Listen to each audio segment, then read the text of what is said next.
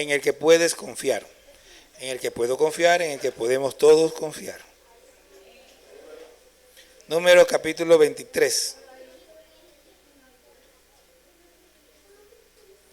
En Números capítulo 23 tenemos la historia de Balaam, desde el 22 hasta el 24, y en el versículo 19, Balaam, entendiendo que Dios quería bendecir a Israel, entre lo que dijo estas palabras: Dios no es hombre para que mienta, ni hijo de hombre para que se arrepienta. Él dijo y no hará, habló y no lo ejecutará. Puede sentarse. Estas son palabras de Balaam, pero son una realidad. Dios no es hombre que mienta, o sea, Dios simple y sencillamente no miente. Y tampoco se arrepiente. Lo que Dios dice, eso es lo que Él hace. ¿Ok? Entonces,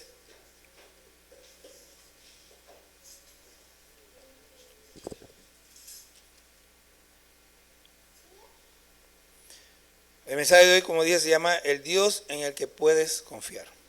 Y voy a tratar de dar este mensaje de la manera más apropiada que pueda. Okay, yo estaba conversando con una persona hace un par de días y mientras conversaba llegó otro, que por cierto es primo mío, y le dice: ¿eres hombre de palabra? ¿Qué pasa? Que mi primo se había encontrado con esta persona anteriormente y la persona le había dicho: yo voy a ir a la iglesia el viernes. Mi primo lo conoce desde la infancia. Entonces, cuando termina el culto, yo estoy conversando con el muchacho, yo no lo conocía hasta ese día, y mi primo dice: oye, eres hombre de palabra. Y es bueno cuando a uno se le puede conocer porque es alguien que es de palabra, que cumple lo que dice. Dios siempre cumple lo que dice. Ahora, conozco a hombres que ni sus hijos le creen lo que dice, porque muchas veces han dicho y no cumplen. Y eso es triste. Que ni sus propios hijos le crean, eso es sumamente triste. Es una de las condiciones más tristes. Lo peor es que estos hombres ni siquiera se dan cuenta, muchos de ellos, en la triste condición en la que se encuentran.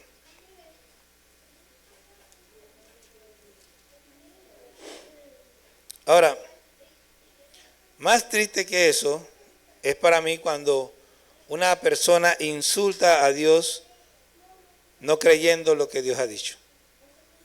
O sea, el no creer lo que Dios ha dicho es un insulto a la persona de Dios. Porque como hemos leído, Dios no es hombre que miente, ni hijo de hombre que se arrepiente. Creo que hay 2 o 3 principales razones por las cuales las personas no llegan a creer en Dios. La primera es porque no le conocen. ¿Ok? Yo le creo a mi esposa porque la conozco. Ya tenemos años juntos y yo sé quién es, yo sé cómo actúa y generalmente sé qué esperar de ella. Lo mismo, si las personas llegaran a conocer a Dios, sabrían quién es, sabrían cómo es y saben lo que podemos esperar de Dios.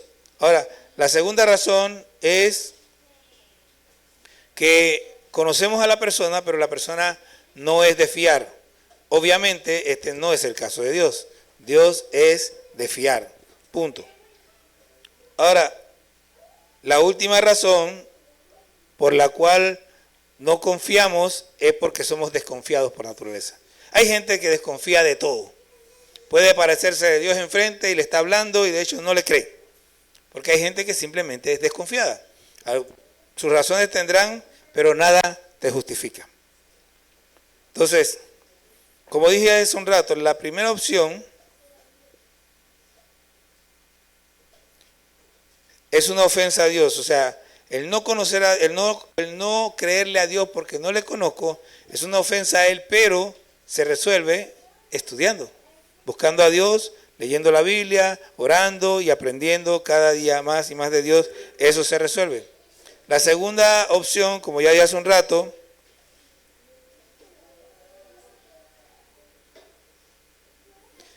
no aplica a Dios porque Dios siempre es de fiar, y la última opción es un problema porque simplemente nos puede llevar al infierno. Una persona que es desconfiada por naturaleza y confía hasta de Dios, pues va en un camino muy peligroso. Ahora, yo te pregunto, ¿qué tanto confías en Dios?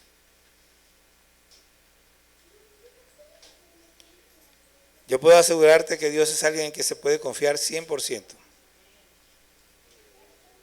Y yo quiero intentar hoy darte algunas razones para que tu fe en Dios se fortalezca, para que aprendas a creerle a Dios, para que comprendas que realmente puedes creer y puedes confiar en Dios. Hoy vamos a tratar de contestar la pregunta, ¿por qué es Jehová el único Dios en el que podemos confiar? ¿Por qué es Jehová el único Dios en el que podemos confiar? Porque hay gente que tiene por ahí dioses que no son dioses, pero que creen que son dioses, y entonces al final creen en sus dioses, pero sus dioses no son de fiar. ¿Ok? La primera razón, no sé si quieren corretear y seguir los pasajes conmigo o yo se los leo. Pero la primera razón está en Isaías 44:8. Isaías 44:8 nos dice: no temáis, ni os amedrentéis. ¿No te lo hice oír desde la antigüedad y te lo dije? Luego vosotros sois mis testigos. No hay Dios sino yo. No hay fuerte, no conozco ninguno. Este versículo, cuando yo hace unos años leyendo la Biblia me topé con este versículo y me dio una risa. Porque Dios dice, mire, Dios dice, no hay Dios sino yo. No hay fuerte, dice, no lo conozco. Si existiera otro Dios, Dios lo conocería, pero no lo conoce. O sea, el único Dios soy yo, no hay ninguno fuera de él. Entonces, la primera razón por la cual nosotros podemos confiar en Dios, porque Él es Dios y porque Él es el único Dios. Si tú no confías en Jehová como Dios, si tú no confías en Jesucristo, si tú no confías en la presencia del Espíritu Santo, simple y sencillamente estás sin Dios en el mundo. No tienes Dios. Estás confiando en lo que sea que confíes, no es Dios. El único Dios es Jehová de los ejércitos. El Salmo 72:18 y el 136:4, el 72:18 dice: bendito Jehová Dios, el Dios de Israel, el único que hace maravillas. Si nosotros confiamos en Dios y entendemos que Él es el único que hace maravillas. Por ejemplo, imagínense una persona que está enferma y está buscando, ya los médicos dijeron, nanay, no se puede. Y está buscando sanidad en todos lados, pero no la busca en Dios. ¿Qué esperanza tiene? Ninguna. Dios es el único que hace maravillas. Dios es el único que hace milagros. Dios es el único que sana lo que nadie más puede sanar. Miremos la historia de la mujer del flujo de sangre. Esta mujer dice que había gastado toda su fortuna. Parece que tenía mucho dinero. Todo su dinero lo había gastado en médicos. Y cuando hablamos de médicos en aquel tiempo, no hablamos de los médicos allá en la clínica que estudiaron. No, mire, este tipo de medicina que nosotros conocemos hoy es relativamente nueva. La medicina que nosotros conocemos hoy tiene su origen por allá por 1920. Antes la medicina era totalmente distinta, era más que nada medicina natural. Lo que han hecho con el paso de los tiempos es que han trabajado fuertemente para desacreditar la medicina natural, de modo que esta coja preponderancia. Ya todos creemos que si no nos sanamos por un medicamento, no nos vamos a sanar de ninguna otra manera. Pero no es así. Realmente, muchos de los medicamentos, para no hablar de todos, tienen efectos secundarios. Pero bueno, se pueden tomar y a muchos han ayudado. No me quiero meter mucho en ese asunto. El punto es que la gente se sanaba con medicina natural. Y esta mujer había recurrido a todo eso y quizás había recurrido a lo que nosotros llamamos hoy brujos, santeros y todo lo que encontró en el camino, y se quedó sin dinero. Ahora, no tenía ninguno de los médicos de su época le podía sanar porque ya todos lo habían probado y no podían. Además de que no le podían sanar porque no tenía dinero para que lo sanaran. O sea, ya no podía ir y pagar para que le sanaran. Entonces, ¿qué hizo? Fue al único que hace maravillas. Y dijo, si tan solo tocara el borde de su manto. Imagínense, yo voy caminando, mi ropa es parte de mí. Obviamente no. Mi ropa está cubriendo mi cuerpo, pero no es parte de mí. Pero es tan poderoso el Señor que la mujer tocó el borde de su manto. Y cuando dice el borde de su manto, eran unos flequillos que habían allí. Tocó los flequillos eso y fue sana. Eso no lo hace ningún otro Dios. Solo hay uno que puede hacer algo como eso. Entonces, Dios es confiable primero porque Él es el único Dios y porque es el único que hace maravillas, que hace milagros, que hace señales. Es el único, no hay otro fuera de Él. Segundo, Dios es confiable porque siempre cumple lo que dice. Ya leímos Números 23:19. Dios no es hombre que mienta, ni hijo de hombre que se arrepienta. Lo que Él dice, eso es lo que Él hace. Cuando Él manda hacer algo, Él va a ejecutar lo que su palabra dice. Pero si nosotros leemos también en Números 11:23, encontramos que la palabra dice, entonces Jehová respondió a Moisés, ¿acaso se ha cortado la mano de Jehová? Ahora verás si se cumple mi palabra o no. ¿Qué estaba pasando? El pueblo de Israel estaba en el desierto, tenían hambre y se empezaron a quejar. Ay, cuando estábamos en Egipto que comíamos la carne de sobra y que habían puerros y que había repollo y remolacha y que comíamos arroz con pollo y todo ese poco de cosas raras, decían ellos. Entonces, Dios le dice a Moisés, mira, ¿sabes qué? Le voy a dar carne. Le voy a dar carne hasta que se cansen de comer carne. Y Moisés le cuestiona a Dios y le dice, a un pueblo tan grande, tú dices que le vas a dar carne. A un pueblo tan grande, eran más de 1 millón de personas. Y Dios dice que en la noche, al día siguiente, ellos iban a tener para comer suficiente y se iban a saciar. Y Moisés quedó como que, ¿de verdad? Y entonces Dios le responde, ¿acaso se ha cortado la mano de Jehová? ¿Qué está diciendo eso? ¿Acaso mi poder ha disminuido? No, el poder de Dios no disminuye ni un poquito, nunca ha disminuido, no disminuirá. ¿Acaso se ha cortado la mano de Jehová? Dice, ahora verás si se cumple o no mi palabra. La palabra de Dios siempre se cumple. Así que si Dios ha dicho algo, tú puedes estar seguro de que Dios lo va a cumplir. Pero tienes que estar seguro que lo que tú crees que Dios dijo, eso es lo que Dios dijo. Porque algunos empiezan a reclamar promesas que Dios no ha hecho. ¿Ok? Déjeme hablarle de una promesa que Dios no ha hecho. Y que sí la hizo. Porque Él la hizo, pero no la hizo. La gente dice, Él ha dicho que va a estar con nosotros todos los días hasta el fin del mundo. ¿Sí o no? ¿Y quién es nosotros? ¿El que viene a la iglesia y se sienta en la banca? No, la promesa es la siguiente. Toda potestad me es dada en el cielo y en la tierra, por tanto, id y haced discípulos a todas las naciones, enseñándoles que guarden todas las cosas que yo os he mandado. Y he aquí, yo estoy con vosotros todos los días.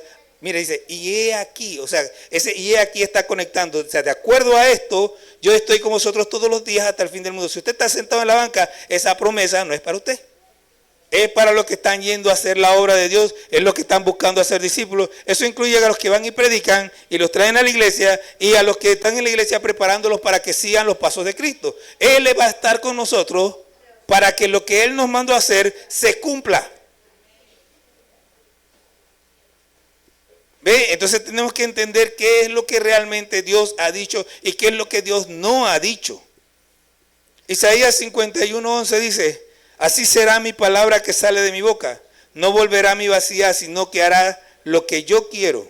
Y será prosperada en aquello para que la envíe. No es para lo que yo quiero que la palabra de Dios haga. Es para lo que Él la envió. Él envió su palabra con un propósito. Y nosotros muchas veces alteramos el propósito de la palabra de Dios. Otra promesa. Todas las cosas ayudan a bien a los que aman a Dios. Versículo que se cita a media, porque después dice, esto es a los que conforme a su propósito son llamados. O sea, los que están viviendo de acuerdo al propósito de Dios, esos son los que aman a Dios. Y esos, todo lo que le ocurra va a ser para el bien, para el cumplimiento del propósito por el cual Dios los llamó. Esa es la promesa. Porque a los que antes conoció, dice, también los predestinó para ser hechos a la imagen de su Hijo. Y a los que antes conoció, también los justificó. Y a los que antes justificó, a estos también, no, me equivoqué, a estos también llamó. Y a los que también llamó, a estos también glorificó. Si usted se sienta en su casa y medita en esto, ¿qué es lo que está diciendo así de manera muy rápida? Está diciendo Dios que los que están cumpliendo el trabajo, la obra que Él les mandó hacer, fueron escogidos por Él, predestinados, para hacerlos de acuerdo a la imagen de su Hijo. Y de como los hizo de acuerdo a la imagen de su Hijo, también los llamó y los limpió de sus pecados, los justificó, para que ellos vayan y hagan lo que y puedan ser glorificados. El que va a ser glorificado realmente es Dios, pero a través de lo que nosotros hacemos.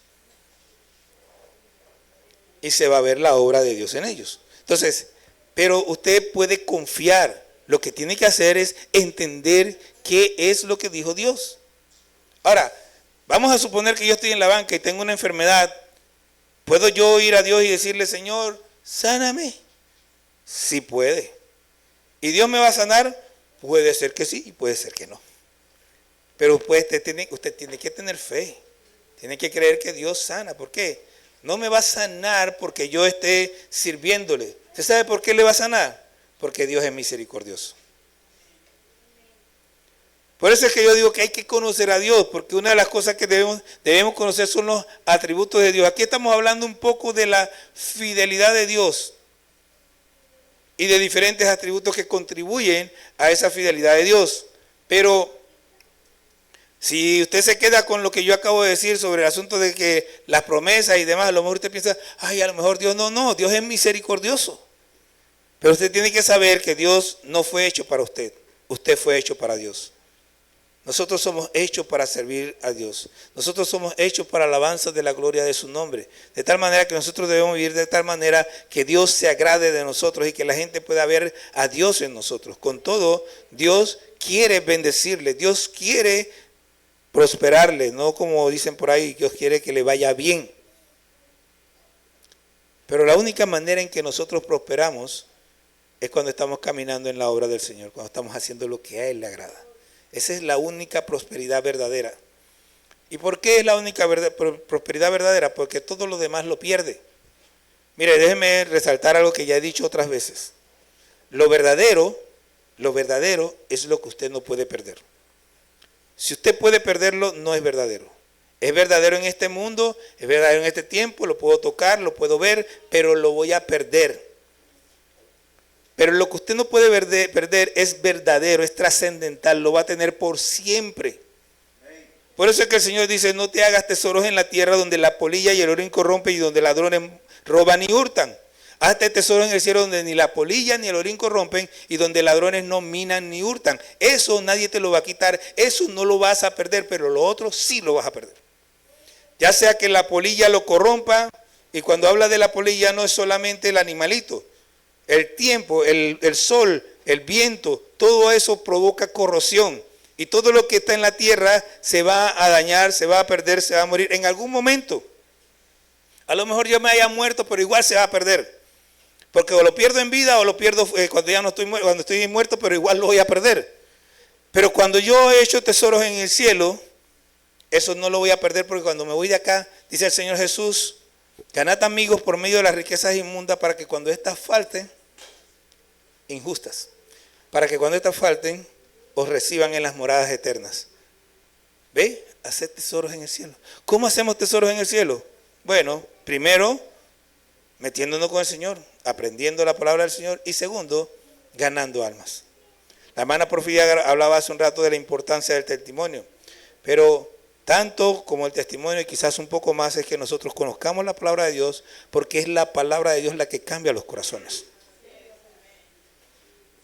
Tercero, Dios es confiable porque Dios cuida de su reputación. El nombre de Dios es lo más importante. Mire, Éxodo 32:11, búsquelo por favor, que así vamos a leer aquí 4 versículos. Así que busque Éxodo 32:11. Como este es un poquito más larguito, así que lo vamos a leer todos juntos, para que usted vea el tema de la reputación de Dios. Dios es increíble, Dios realmente es increíble. Éxodo 32:11. Oye,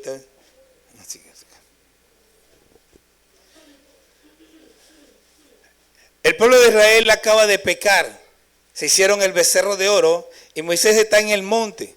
Y Dios le dice, ve y agarra y ve a tu pueblo que sacaste de la tierra de Egipto, que se han corrompido. Y Moisés le dice, no, espérate. No es mi pueblo y yo no lo saqué, lo sacaste tú. Es tu pueblo y tú lo sacaste de la tierra de Egipto. Y Dios dice que iba a destruir al pueblo. Entonces Moisés, ya lo tienen, dice, oró en presencia de Jehová Dios y dijo, oh Jehová, ¿por qué se encenderá tu furor contra tu pueblo que tú sacaste de la tierra de Egipto con gran poder y con mano fuerte?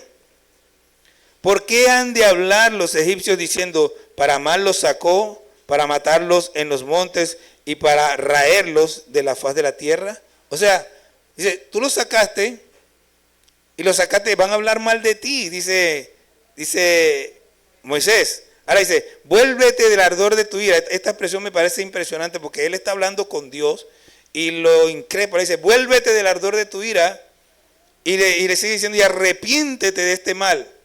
Ya leímos que Dios no dijo hombre que mienta, ni dijo hombre que se arrepienta, ¿verdad? Bueno, Moisés le está diciendo, arrepiéntete de este mal contra tu pueblo. Acuérdate de Abraham, de Isaac y de Israel, tus siervos, a los cuales has jurado por ti mismo. Y le has dicho, yo multiplicaré vuestra descendencia como las estrellas del cielo, y daré a vuestra descendencia toda esta tierra de que he hablado, y la tomarán por heredad para siempre. Entonces Jehová se arrepintió del mal que dijo que había de hacer a su pueblo. ¿Cuál es el argumento de Moisés? Dice, ¿por qué han de hablar los egipcios diciendo, para mal los sacó, para matarlos en los montes? O sea, van a hablar mal de ti. Y dice que Dios se arrepintió. Bueno, eso podemos discutirlo en otro momento. Pero aquí hay dos cosas que usted tiene que entender. El argumento de Moisés no fue solamente que iban a hablar mal de él. El argumento principal de Moisés es, tú le dijiste a Abraham, a Isaac y a Jacob que su descendencia iba a heredar esa tierra.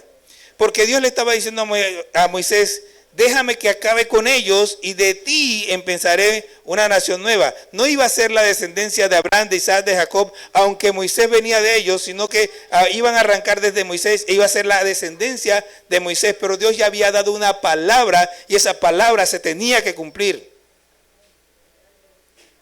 Así que Dios no podía raerlo. Por eso va a Moisés, para que Moisés interceda. Hay cosas que son misterios, no me pidan que explique todos los detalles, pero para que Moisés interceda, y de acuerdo al corazón de Moisés, él ora e intercede de acuerdo a lo que Dios ya ha dicho. Por eso que usted tiene que aprenderse lo que la palabra dice, exactamente como lo dice, porque cuando usted ora de acuerdo a lo que Dios ha dicho, Dios no va a ir en contra de su palabra. Y si usted tiene la palabra de Dios y está de acuerdo a ella, Dios simple y sencillamente no tiene otra cosa que hacer. Hay gente que habla de la soberanía de Dios como si Dios violara de alguna manera. Dios nunca, jamás, de ninguna manera viola ni violará su palabra. Todo lo que Dios dice, eso es lo que Él hace. Así que usted aprenda lo que dice la palabra de Dios para que pueda orar de manera inteligente delante de Dios y pueda recibir la respuesta que está buscando. Isaías 48, del 9 al 11.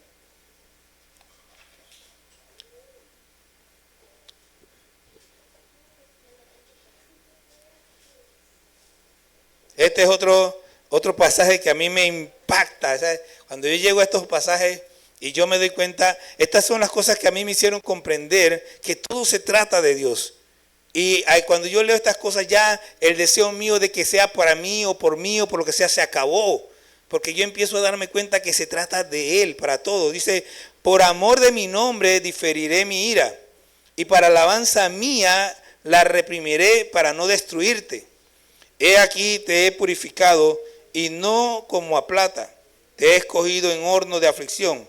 Por mí, por amor de mí mismo lo haré, para que no sea amancillado mi nombre, y mi honra no la daré a otro. Usted y yo tenemos que conocer a Dios, porque cuando nosotros conocemos a Dios y podemos hablar con Dios de acuerdo a los términos de Dios, nuestra oración tiene poder. Déjeme explicarle esto como vendedor que fui por casi 20 años, por más de 20 años. Una de las armas más poderosas que hay en venta es el oído. Yo diría que la más poderosa. Una vez me senté con dos personas, el dueño de una empresa y su consejero técnico. El consejero técnico, en ese tiempo había muchos como él, estaba enamorado de las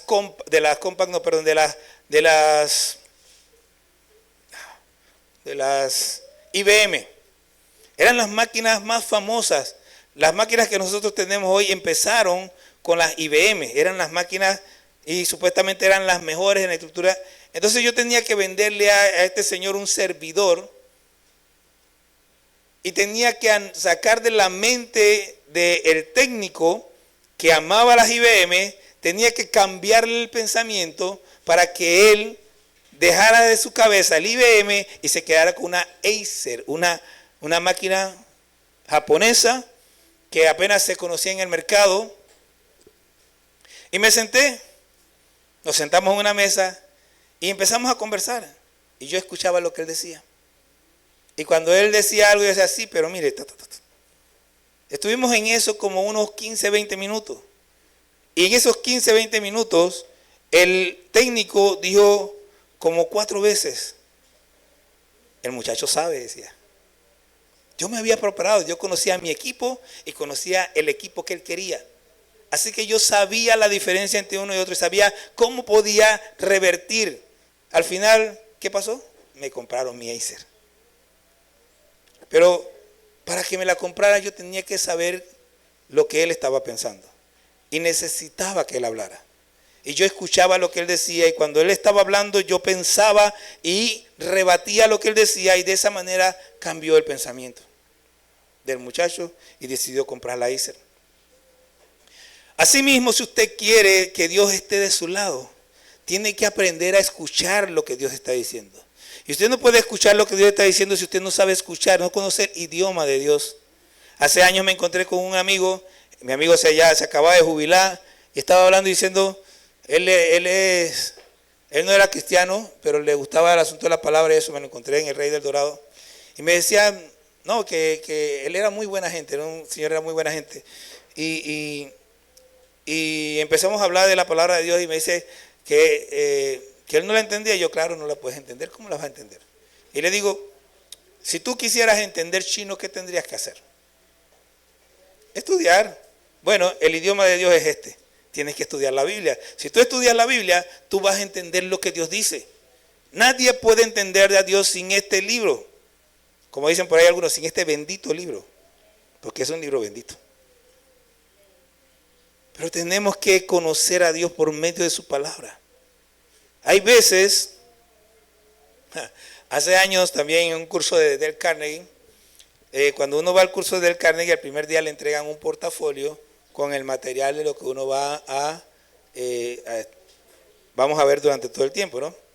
Entonces yo, unos días antes de la segunda sesión, agarré el material y empecé a leer. Yo soy muy distraído, voy leyendo y al rato dije, ¿qué estaba leyendo? Pero me senté y cada vez que me encontraba que estaba perdido regresaba y volvía a leer hasta que me conectaba. Y leí. Y cuando llegamos me encuentro con la sorpresa que el que estaba dirigiendo el curso, vamos a hacer un repaso. Y abrió el portafolio y cuando fue a formular la primera pregunta, había dicho como 2 palabras, yo hice así. No he terminado la pregunta. Yo, está bien, pues termine. Y todo el mundo en el salón se estaba riendo, ¿no? Entonces cuando yo así, y yo contesté. Y así pasó, hizo como 10 preguntas y de las 10 preguntas yo contesté como 5 o 6 preguntas así mismo, de la misma manera. Él iba a decir y yo. Entonces, nosotros tenemos que llegar a el conocimiento de tal manera que uno pueda saber qué es lo que Dios va a hacer. ¿Por qué? Porque Dios no es un Dios bipolar. Nuestro Dios es un Dios lógico. Nuestro Dios es un Dios que hace las cosas de manera correcta. Él sabe lo que está bien. Y si nosotros sabemos a lo que Dios le agrada, también sabemos cómo Dios actúa. Malaquías 1:11 dice, porque desde donde el sol sale hasta donde se pone, es grande mi nombre en las naciones. Y en todo lugar se ofrece a mi nombre incienso y ofrenda limpia, porque grande es mi nombre entre las naciones, dice Jehová de los ejércitos. Y el versículo 14 dice, maldito el que engaña, el que teniendo machos en su rebaño promete y sacrifica a Jehová lo dañado. Porque yo soy gran rey, dice Jehová de los ejércitos, y mi nombre es temible en las naciones. Hay gente que cree que puede darle a Dios lo que sea. Una vez una persona me dijo, yo puedo adorar a Dios como me da la gana. No estás adorando a un perro, no estás adorando una imagen, no puedes adorar a Dios como a ti te da la gana. Tú no puedes llegar a mi casa y entrar a hacer lo que tú quieres en mi casa, es mi casa. Asimismo, tú no puedes adorar a Dios de cualquier manera. Para adorar a Dios hay que entrar espiritualmente en el templo de Dios. Y tú no puedes entrar al templo de Dios de cualquier manera. Veámoslo de esta manera. En el Antiguo Testamento, los sacerdotes, para poder entrar al lugar santo, tenían afuera un lavacro, tenían que lavarse completamente, de la cabeza a los pies, para poder entrar. ¿Eso qué simbolizaba? Simbolizaba santidad. Tenían que ponerse las ropas santas. Y entre las ropas santas había un cinto que tenía en la cabeza que decía santidad a Jehová. No podían entrar de cualquier manera. Tampoco podían entrar cuando quisieran. Al lugar santísimo, por ejemplo, solo podían entrar una vez al año y solo el sumo sacerdote. Así que no es que yo pueda adorar a Dios como yo quiera. No. Es Dios. Tienes que conocer a Dios y hacer las cosas como a Dios le agradan. Estos hombres sacrificaban lo que le daba la gana y como les daba la gana, pensando que Dios lo iba a recibir. Si usted le ofrece un sacrificio a Dios, vamos a suponer que llamemos sacrificio a que usted trae una ofrenda aquí al altar. ¿Ok? No, yo voy a hacer mi ofrenda a Dios. Pero ese dinero usted se lo robó. El dinero entra al arca del altar, pero a Dios no lo recibe. ¿Es un dinero de droga? Él puede entrar al arca del altar, pero Dios no lo recibe.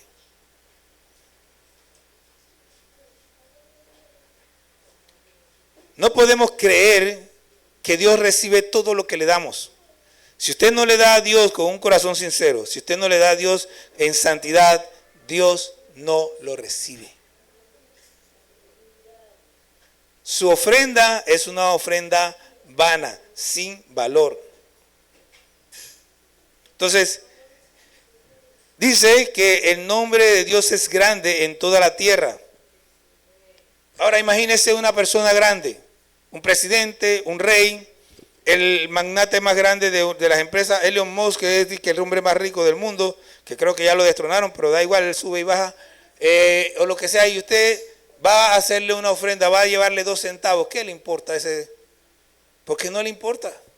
Caín y Abel, Caín dice, él cogió de lo más gordo, lo mejor que tenía y lo sacrificó para Dios. Pero dice que Abel le dio de lo más gordo, pero Caín, dice que Caín trajo una ofrenda como que yo voy a darle algo a Dios para que Dios esté contento. No, usted no puede darle algo a Dios para que Dios esté contento. Dice que Dios miró con desagrado la ofrenda de Caín porque era una ofrenda insípida que no reconocía a quien le estaba dando la ofrenda. Usted a Dios no le puede dar cualquier cosa. Tenemos que conocer a Dios. Dios es de fiar. Pero todo depende de que nosotros entendamos con quién estamos tratando. Cuarto, no, Dios es de fiar porque Dios no cambia. Mire, Dios no cambia. Isaías 40:28 dice, ¿no has sabido? ¿No has oído que el Dios eterno es Jehová, el cual creó los confines de la tierra? No desfallece ni se fatiga con cansancio, y su entendimiento no hay quien lo alcance. No desfallece ni se fatiga con cansancio. O sea, Dios simple y sencillamente no tiene problemas de esfuerzo. Dios no juega al fútbol durante 90 minutos y termina con la lengua afuera. Dios no va a una batalla durante 4 días peleando y ya quedó como que no podía, como David, que en cierto momento dice que se cansó y casi lo matan, tuvieron que defenderlo. No, a Dios no tiene que defenderlo nadie, Él se defiende solo. Y Él nunca está débil, Él siempre está fuerte, vigoroso, Él siempre está firme. No hay manera de que Dios pueda ser vencido porque Dios no cambia.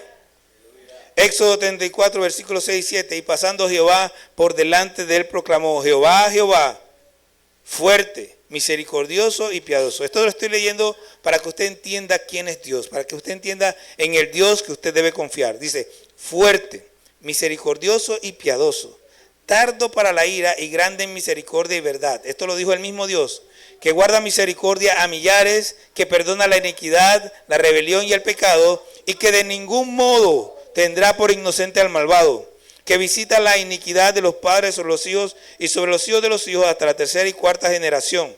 Mire, Dios aquí primero presenta lo bueno, lo bonito.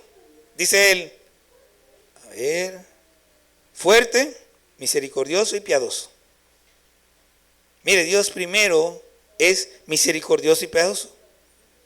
Dios es tardo para la ira, pero no se exceda, no crea que Dios no esté provocando a Dios. Él va a demorar, Él le va a dar tiempo, pero usted tiene que volverse a Él. Y grande en misericordia y verdad, que guarda misericordia a millares, que perdona la iniquidad, la rebelión y el pecado, y que de ningún modo tendrá, aquí viene la parte dura, por inocente al malvado. ¿Quién es el malvado? Aquel que Dios está llamando, ven a mí, te estoy dando oportunidad. Aquí más de una vez he conversado con personas que me dicen, no, pero ellos saben que están viviendo en pecado. Pero me dicen, no, pero yo estoy bien con Dios porque yo veo la mano de Dios, como Dios me ayuda aquí y me ayuda allá. Dios está teniendo misericordia de ti, pero eso se va a acabar. Porque no conocen a Dios. Y confiar en Dios no es solamente confiar que Dios me va a dar lo bueno. También es confiar que si yo me porto mal, Dios me va a dar lo malo. Me va a azotar. Entonces, dice que visita la iniquidad, la maldad de los padres sobre los hijos y sobre los hijos de los hijos hasta la tercera y cuarta generación. Lo que está diciendo aquí no es, como algunos dicen, hablan de las maldiciones generacionales. No, lo que está haciendo Dios es poniéndole un límite a su enojo. Le está poniendo un límite a su enojo. Cuando usted ve los 10 mandamientos, en el segundo mandamiento, Él dice, después de decir esto mismo, que hace misericordia a millares a los que le aman y guardan sus mandamientos. O sea, la misericordia de Dios para los que aman y guardan sus mandamientos no tiene límite. Pero el enojo de Dios para los que le provocan tiene límite. No los va a perseguir por la eternidad, es lo que está diciendo Dios. Claro que tienen que volverse a Él, pero de otra manera, si no se vuelven, pues no hay problema. Malaquías 3:6. Porque yo, Jehová, no cambio.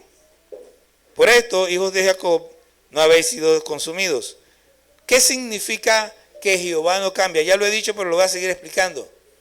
Significa que tanto poder tenía cuando hizo los cielos y la tierra, como lo tendrá después que los cielos y la tierra sean destruidos.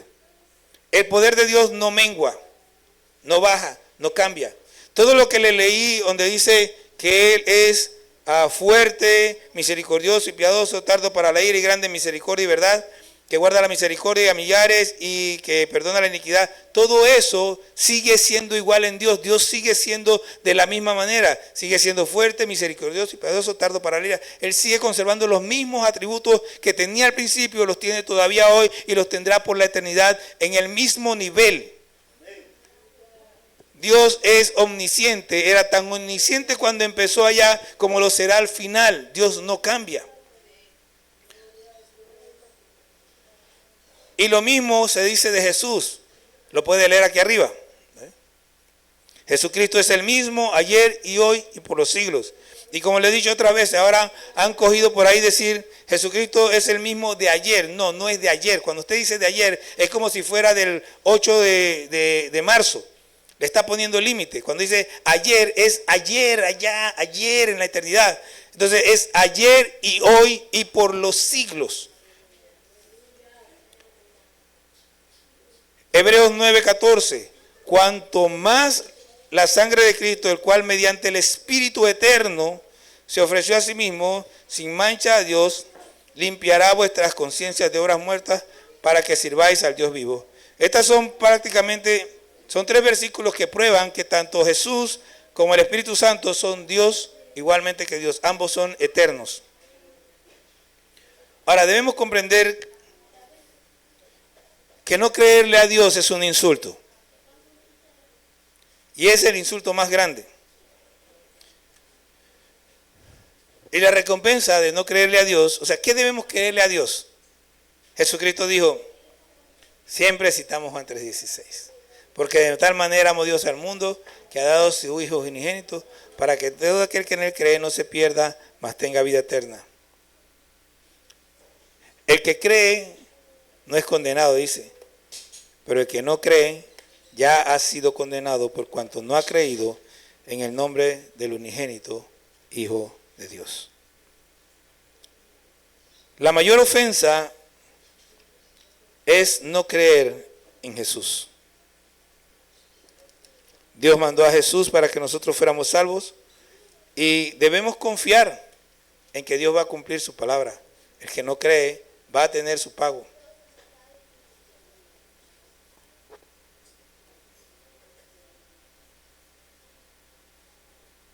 Como dije, en que en él cree no es condenado, pero el que no cree ya ha sido condenado, porque no ha creído en el nombre del unigénito Hijo de Dios.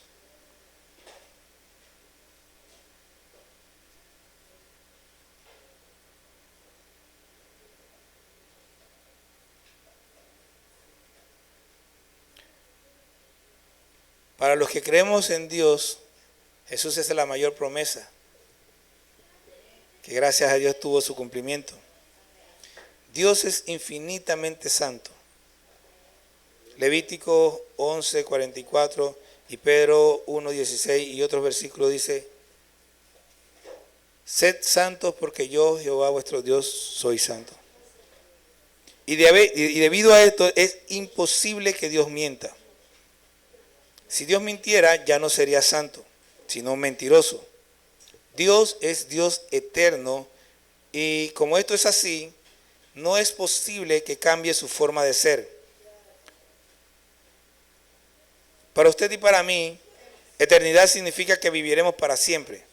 En cambio, cuando hablamos de Dios, eternidad significa mucho más. Significa que su sabiduría, su poder, su carácter no cambian, pero ni un poquito, ni para mejor, porque Él es el sello de la perfección, ni para peor, porque no puede ser menos de lo que ya Dios es. Algunas personas creen que Dios está perdidamente enamorado de ellos. Cuán egocéntrico puede ser el ser humano. Hay uno por ahí que dice que Dios está enamorado de nosotros.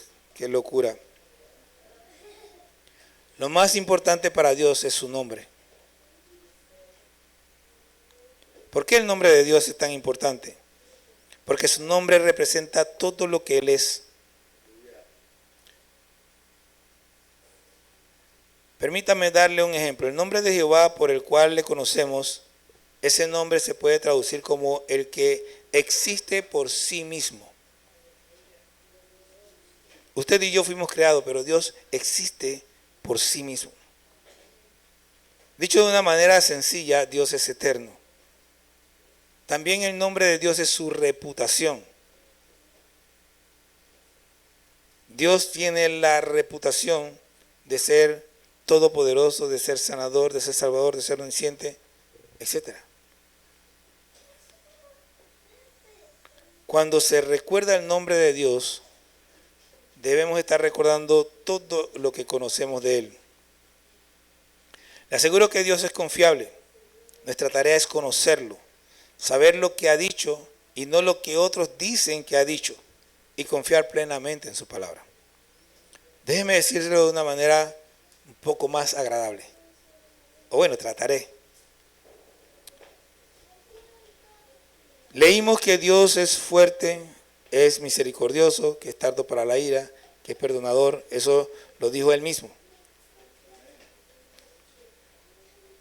Si usted tiene un problema, tiene una necesidad, y usted recurre a Dios, Dios está presto para oír.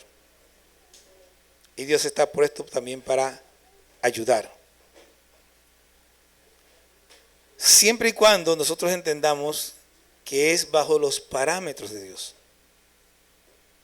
Hay mucha gente que no reconoce a Dios y aún así Dios los ayuda. Él no ayuda solo a los cristianos.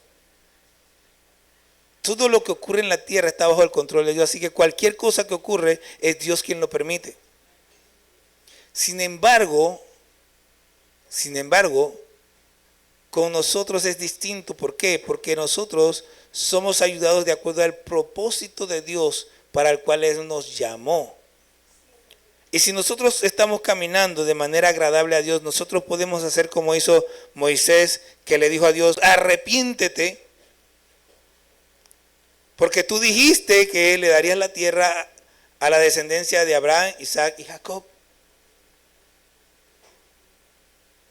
Si nosotros hacemos las cosas bien, vamos a hallar gracia delante de Dios, como también la halló Moisés, como la halló antes de él Noé y otros tantos en la Biblia. Hallaron gracia delante de Dios porque fueron gente que vivieron de manera agradable a Él. Y si usted vive de manera agradable a Dios, Dios también va a inclinarse en favor suyo. Déjeme terminar con el siguiente versículo. Primera de Pedro, capítulo 3, versículo 12.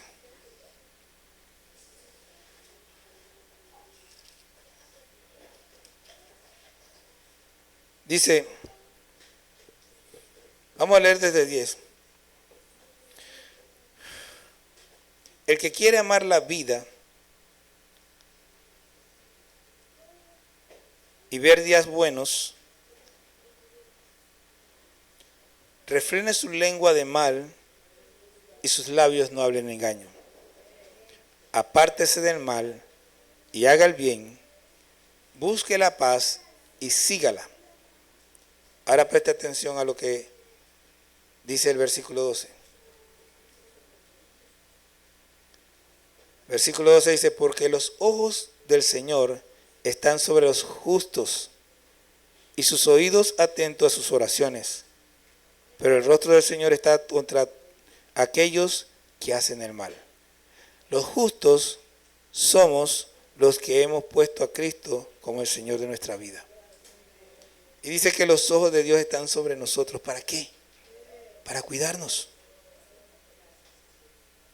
Pero dice que y sus oídos están atentos a nuestras oraciones. Pero el rostro del Señor está contra aquellos que hacen el mal. La pregunta es: ¿en qué posición queremos estar?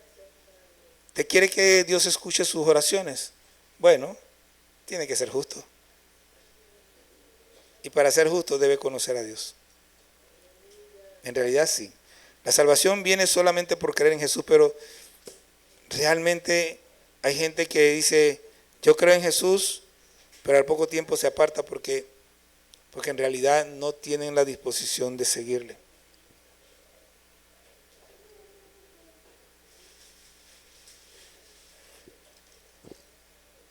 Así que nosotros debemos procurar conocer a Dios para saber qué es lo que Dios ha dicho y saber qué podemos esperar de Él.